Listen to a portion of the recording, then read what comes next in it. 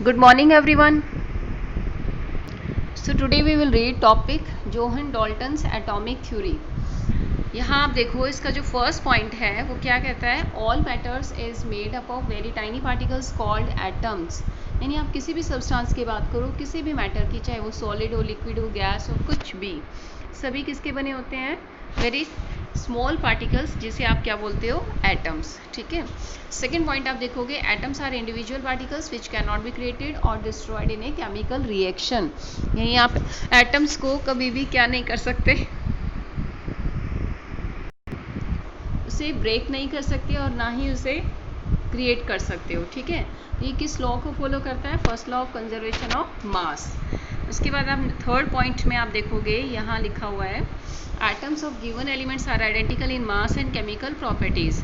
अगर आप same element लेते हो, ठीक है, जैसे मैंने भी हाइड्रोजन ले लिया, आपने भी हाइड्रोजन ले लिया, तो उनका जो एटम होगा वो कैसा होगा, सेम। यानी जितना मास मेरे पास है उस एटम का, उतना ही मास आपके एटम का होगा। ठीक है। तो प्रॉपर्टीज़ भी सेम होंगी। क्लियर, क्योंकि एटम्स ही सेम है। उसके नेक्स्ट पॉइंट पे कहता है atoms of different elements have different masses and chemical properties. भाई अगर आप एलिमेंट ही चेंज कर देते हो तो क्लियर सी बात है, उसका मास भी चेंज होगा, उसकी प्रॉपर्टीज़ भी चेंज हो जाएगी। ठीक है।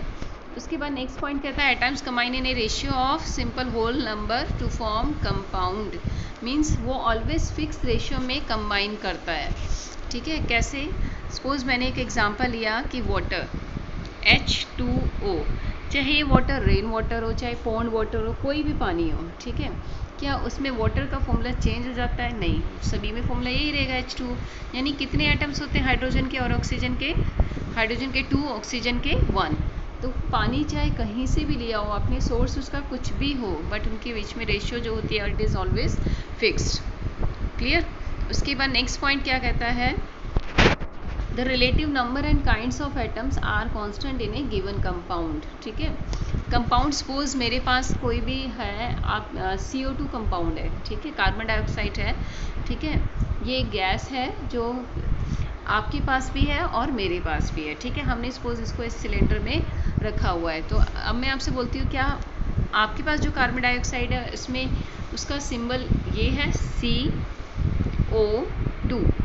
क्या आप यही बोलोगे? आप बोलोगे यस, क्योंकि मेरे पास जो कार्बन डाइऑक्साइड है उसमें भी क्या है, कार्बन एंड ऑक्सीजन। ठीक है। तो ये क्या कहता है कि उनका जो रेशियो होता है, उनका जो टाइप होती है, उसकी जो काइंड्स होती है, it is always same if compound is same. Clear. So next topic we will read here, drawbacks of Dalton atomic theory.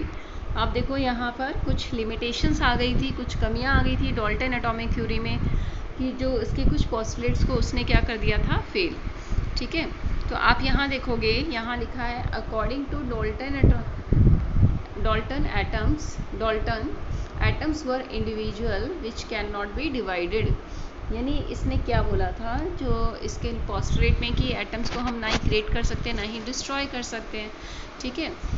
तो यहाँ जाके उसका ये पोस्टुलेट क्या हो गया था, फेल। कैसे हो गया था? क्योंकि जो एटम्स है, अब हमें पता चल चुका है कि वो उसको ब्रेक करके हम उसमें से 3 सब एटॉमिक पार्टिकल्स को सेपरेट कर सकते हैं, और वो क्या है, इलेक्ट्रॉन्स, प्रोटॉन्स एंड न्यूट्रॉन्स। इसका मतलब इसका ये पोस्टुलेट क्या हो गया, फेल। कि उसने तो ये बोला था कि एटम्स को हम ब्रेक ही नहीं कर सकते, बट हम एटम्स को ब्रेक कर सकते हैं।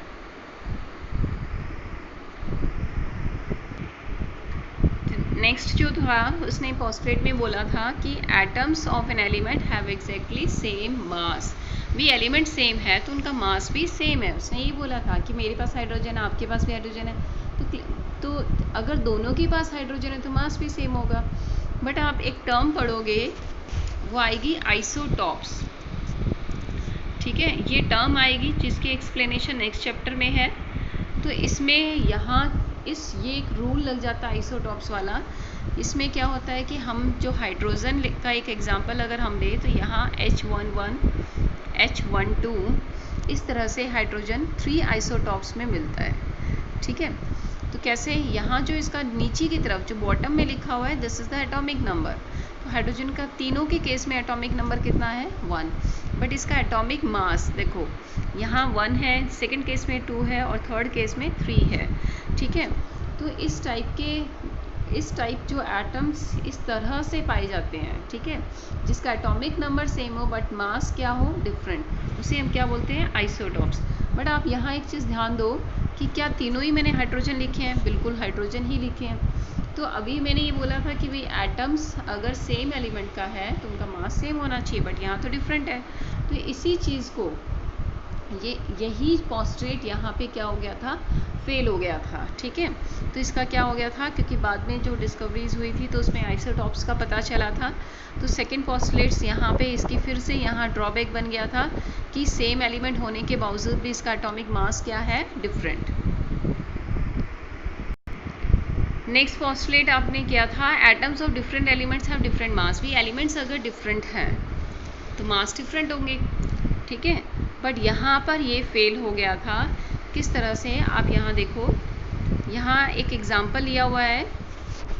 जैसे अभी मैंने आपको बोला था कि एक टर्म होती है आइसोटॉप्स, इसी तरह से एक टर्म और होती है आइसोबार्स, ठीक है। यहाँ आप देखोगे दो एलिमेंट है, आर्गन और कैल्शियम, दो डिफरेंट एलिमेंट है, ठीक है। बट अगर मैं इनके एटॉमिक नंबर की बात करती हूँ तो आर्गन का एटॉमिक नंबर होता है 18, ठीक है, और कैल्शियम का एटॉमिक नंबर होता है 20। बट इनका जो एटॉमिक मास है, आप यहाँ देखो, आर्गन का जो ये एटॉमिक मास दिया हुआ है, यानी मास नंबर और एटॉमिक मास एक ही बात होती है, वो मैंने लिखा ऊपर, ठीक है। यहाँ ये 40, ये क्या है, 40, ठीक है। तो यानी दोनों का एटॉमिक मास कितना है, 40। अब मैं बोल रही हूँ कि एलिमेंट्स क्या है, डिफरेंट, तो इनका मास भी क्या होना चाहिए था, डिफरेंट, बट वो क्या हो गया यहाँ पर, सेम। इसीलिए ये भी इसकी क्या बन गई थी, ड्रॉबैक्स। क्लियर। तो यहाँ आपने देखा कि यहाँ पे किस तरह से उसने उसके पोस्टुलेट्स को क्या कर दिया, फेल कर दिया। क्लियर। Thank you.